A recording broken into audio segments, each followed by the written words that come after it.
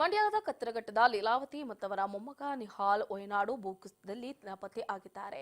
ಇದರ ಹಿನ್ನೆಲೆಯಲ್ಲಿ ಅವರು ಸಾವನ್ನಪ್ಪಿದ್ದಾರೆ ಅಂತ ಈಗ ತಿಳಿದು ಬಂದಿರುವಂತದ್ದು. ಕೆಆರ್ಪೇಟೆ ತಾಲೂಕಿನ ಕತ್ತರಘಟ್ಟ ಗ್ರಾಮದಲ್ಲಿರುವಂತಹ ಮೃತರ ಮನೆಗೆ ಇವತ್ತು ಜೆಡಿಎಸ್ ಯುವ ಘಟಕದ ರಾಜ್ಯಾಧ್ಯಕ್ಷ ನಿಖಿಲ್ ಕುಮಾರಸ್ವಾಮಿ ಭೇಟಿಯನ್ನು ನೀಡಿ ಕುಟುಂಬಸ್ಥರಿಗೆ ಸಾಂತ್ವನವನ್ನು ಕೂಡ ಹೇಳಿದರು.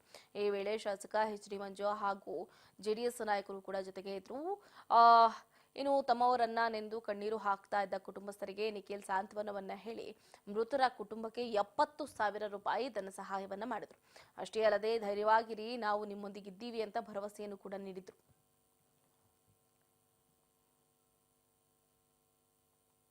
ಒಂದು ನಿಮಿಷ ತಾವು ಗಮನಿಸ್ತಾ ಇದ್ದೀರಿ, ರಾಜ್ಯದ ಹಲವೆಡೆ ಇವತ್ತು ಪ್ರವಾಹ ಕೈಗೊಂಡಿರ್ತಕ್ಕಂಥದ್ದು, ಅನೇಕ ಪ್ರದೇಶಗಳು ಇವತ್ತು ಜಲಾವೃತಗೊಂಡಿರ್ತಕ್ಕಂಥದ್ದು. ಜೊತೆಯಲ್ಲಿ 10 ರಿಂದ 12 ಜಿಲ್ಲೆ ಇವತ್ತೇನು ನೀವೇ ಮಾಧ್ಯಮದಲ್ಲಿ ಪ್ರಸಾರ ಮಾಡ್ತಿದ್ದೀರಿ ನಮ್ಮ ಕಣ್ಣು ಮುಂದೆ.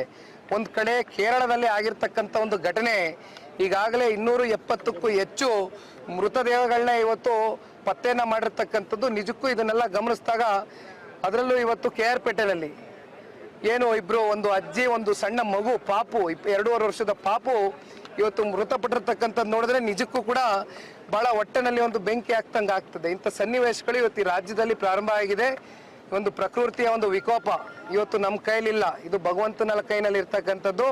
ಏನು ಇವತ್ತು ಇದನ್ನೆಲ್ಲ ನಾವು ನೋಡಿದಂಥ ಸಂದರ್ಭದಲ್ಲಿ ನಮ್ಮ ಕೋರ್ ಕಮಿಟಿಯ ಅಧ್ಯಕ್ಷರ ಸಮ್ಮುಖದಲ್ಲಿ ಎಲ್ಲ ಸದಸ್ಯರುಗಳು, ಎಲ್ಲ ಶಾಸಕ ಮಿತ್ರರ ಒಂದು ಸಲಹೆ ಮೇರೆಗೆ ಈ ಒಂದು ಏನು ಪಾದಯಾತ್ರೆ ಇದೆ ಇದನ್ನ ಸ್ವಲ್ಪ ದಿನ ಮುಂದೂಡಿಕೆ ಮಾಡ್ಕೊಳ್ಳಿಕ್ಕೆ ಸಾಧ್ಯವ ಅಂತಕ್ಕಂಥದ್ರ ಬಗ್ಗೆ ಎಲ್ಲ ಸಾಧಕ ಬಾಧಕಗಳ ಬಗ್ಗೆ ಚರ್ಚೆ ಆಯಿತು. ಜೊತೆಯಲ್ಲಿ ಬಾಬಣ್ಣವ್ರು ಹೇಳ್ತಾ ಇದ್ದಂಗೆ ಈಗೇನು ಒಟ್ಲಾಗ್ತಾ ಇದ್ದಾರೆ, ಮುಂದೆ ನಾಟಿಯನ್ನ ಮಾಡಬೇಕಾಗ್ತದೆ. ಇವೆಲ್ಲ ಒಂದು ಹಿನ್ನೆಲೆಯಲ್ಲಿ ರೈತರುಗಳು ಕೂಡ ಇವತ್ತು ಏನು ವ್ಯವಸಾಯವನ್ನ ಬಿಟ್ಟು ಬರ್ಲಿಕ್ಕೆ ಆಗೋದಿಲ್ಲ, ನಮ್ಮ ಜೊತೆ ಹೆಜ್ಜೆ ಹಾಕಿ